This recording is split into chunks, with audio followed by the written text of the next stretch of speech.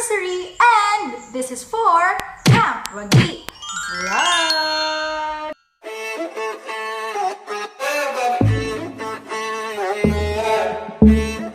So I'm back for another Ask Me Anything video wherein I ask you, my dear friends, to post any question for me in the comment section or PM me, and the most interesting question is going to win a prize.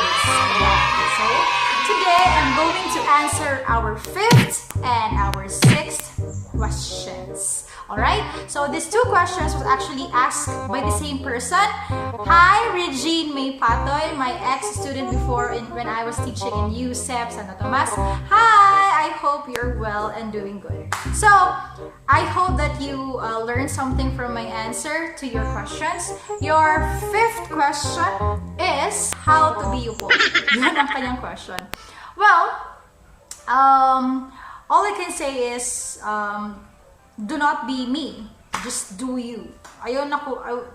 Just don't forget about me. No? And be you. Because if you appreciate your own uniqueness and appreciate your own value,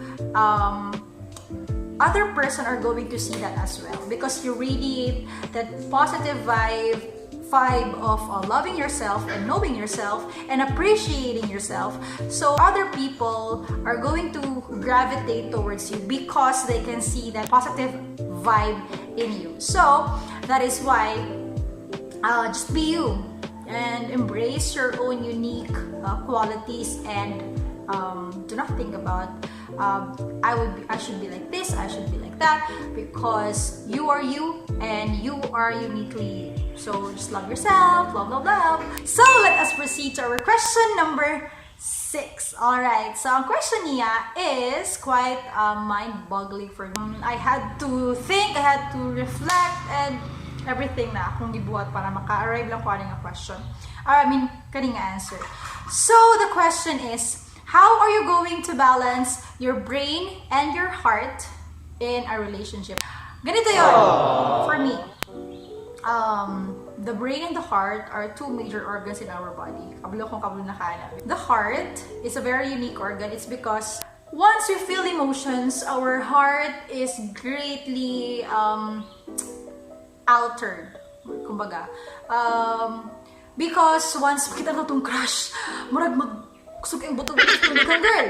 Pag makakita tao gatong loved one, murag lahi ang atong ma-feel, pag masakitan sa tamo, murag kanong ginakumot na murag ginakrush atong heart. No? So, our heart is oftentimes mistaken nga murag na siya iyang kaugalingon na way of thinking. So, muna siya nga, mulang ginagamit ng brain versus heart and everything like that. But actually, the heart is governed by our brain. It's because all the physiological responses by our heart is controlled by our nervous system, which ang atong brain ang nakasentro. No? So, example is of course our palpitations when you see someone nga imong crush or sakit kay imong heart, it's actually a response from your sympathetic nervous system. So, ato ang i-rephrase ang question, no?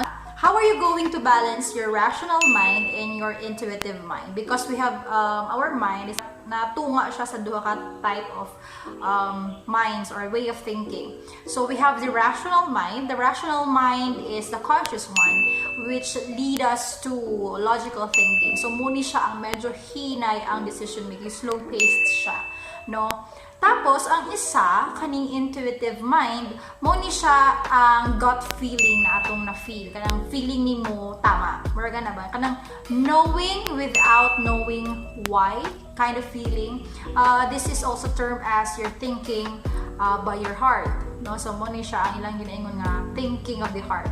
So, kanin siya is your subconscious mind na gina-follow mo ni siya gitawag nato na intuition. How can we balance these two ways of thinking when it comes to relationship? Well, for me, use your intuition first. Kabalo ka ng feeling na pag makakita ka sa katao, this person is good for me.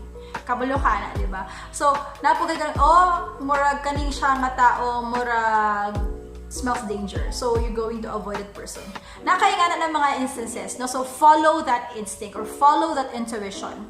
But you need to back it up with your rational mind, no? Because you have to have that perfect balance of these two ways of thinking. Remember, trust your gut, but it pays to think.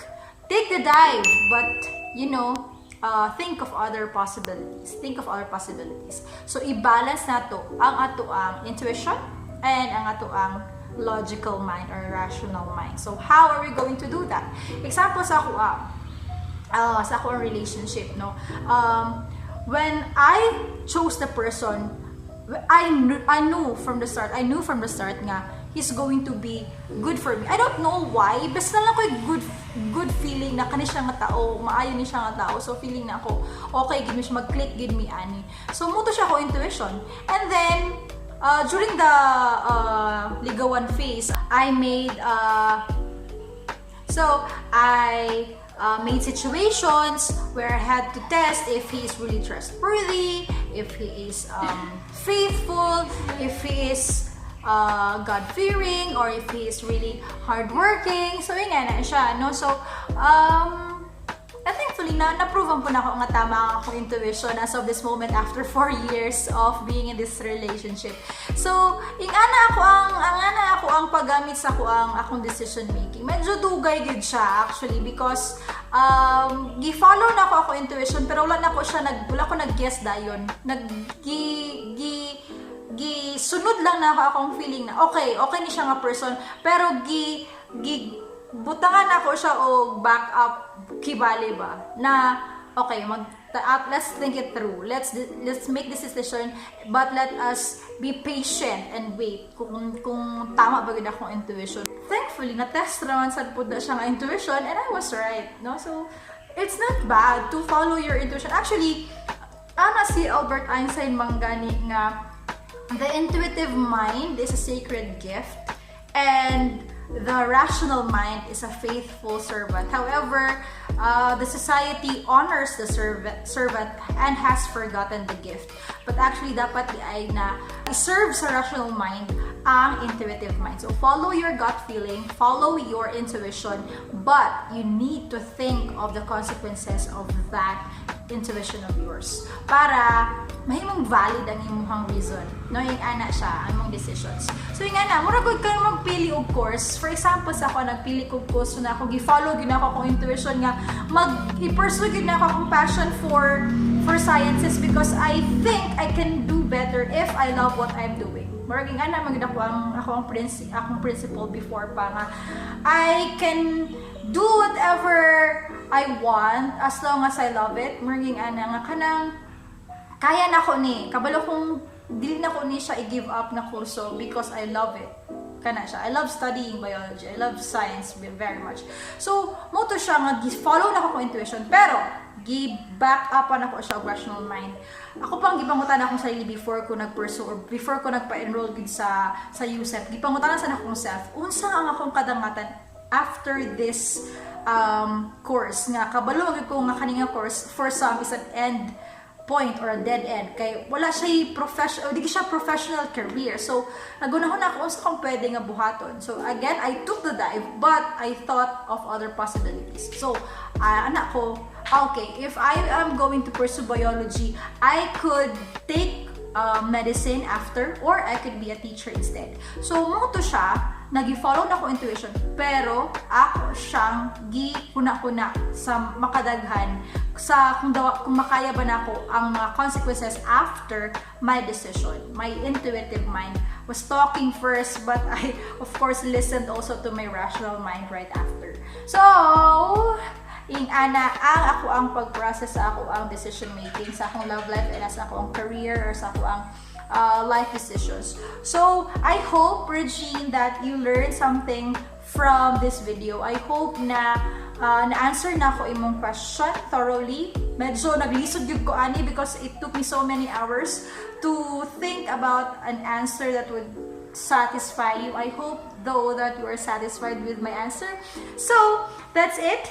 And hope that you learned something and, of course, you like. you share and subscribe to our channel, Kapagi Vlog. So, that's it. Goodbye!